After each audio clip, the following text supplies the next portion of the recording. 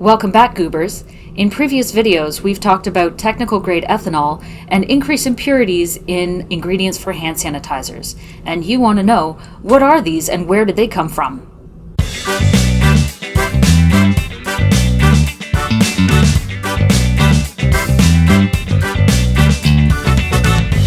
Oh, there it is.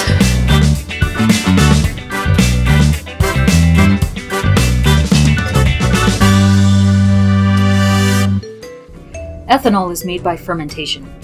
Yeast breaks down sugar, like glucose, into little bits, which turn out to be ethanol and stuff. In this process called glycolysis, the sugar is broken down into pyruvate before it gets broken down into ethanol. We do a lot of work with stuff that gets made from pyruvate, so you're going to be hearing more about it in the next year. The steps in this multi-step reaction are never complete, so all of the leftovers become impurities in your ethanol. That's the reaction in a nutshell and on paper. In reality, this looks more like yeast, some kind of plant material, water, and thyme. From all of these ingredients, you can have contaminants enter the fermentation. In your fermentation, you can have bacteria that compete with the yeast for nutrients. They produce acetic acid to try to kill the yeast, and the yeast defend themselves by producing ethyl acetate from that.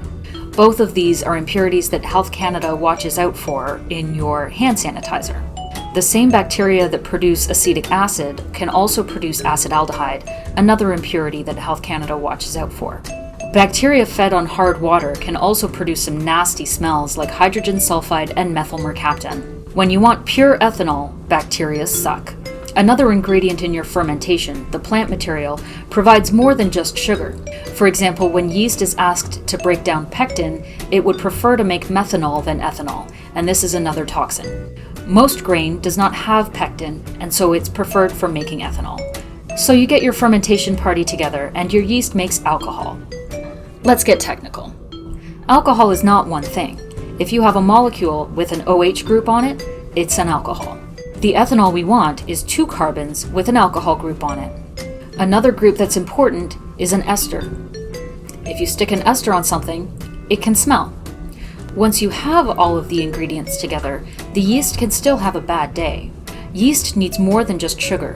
They struggle when they're missing essential nutrients like nitrogen. If they're supplied free nitrogen in the form of ammonium salt, they can grow and make proteins for themselves.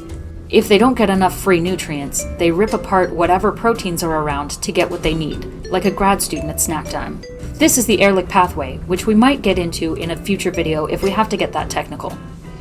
The important thing is that the yeast takes a nitrogen from the protein, and the protein breaks into other alcohols.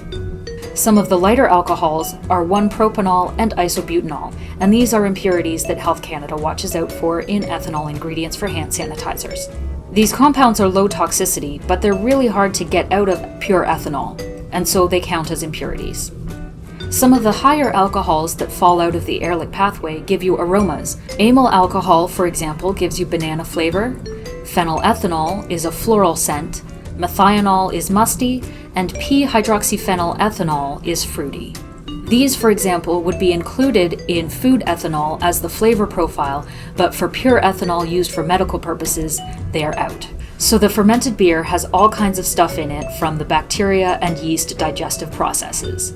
Purifying the ethanol out of this mess is a complicated system of pulleys and levers that we're going to cover in another video. Thank you for watching Goo for Science. Hit the subscribe button and the bell for notifications on more gooey content. We're on Facebook, Instagram, and Twitter at Goo for Science.